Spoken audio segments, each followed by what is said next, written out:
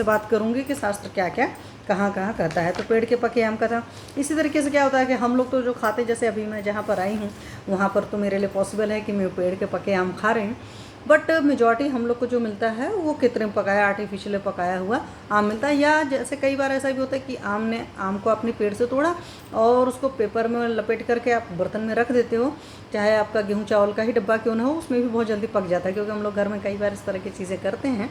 सो मैं बता रही हूँ, तो जो कृत्रिम रूप से पका आम होता है ना, उसमें का पूरा आम्ल रस निकल जाता है, तो कई बार वो ज़्यादा मीठा लगता है देन जो पेड़ के पके आम होते हैं। तो जो लोग यहाँ पर रियल में पेड़ के भी पके आम खाएंगे उन्हीं को पता होगा, और लोग को, हर किसी को उन चीज़ों का एहसास नहीं होता है।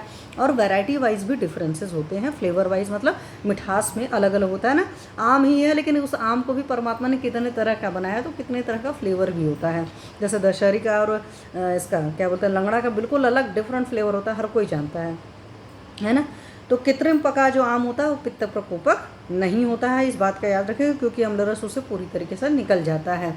ठीक, लेकिन इसका मतलब ये नहीं है कि बहुत ज़्यादा खाएंगे, प्लीज़ इस बात का ख्याल रखिएगा। और मधुर रस की विशेषता होती है।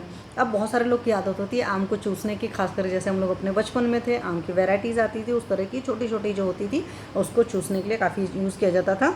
अत्यंत रुचिजनक होता है, तो बहुत लोग को अच्छा लगता है। जैसे मुझे इसलिए याद आ रहा है, जब बहुत छोटे थे ना, when I was hardly 9 to 10 year old, तो लोग क्या करते थे, बकेट में पानी भर करके उस आम को रखते थे और फिर निकाल करके मतलब धो कर चूसते थे। तो अत्यंत रुचिजनक होता है, तो बहुत अच्छा लगता है खाने में।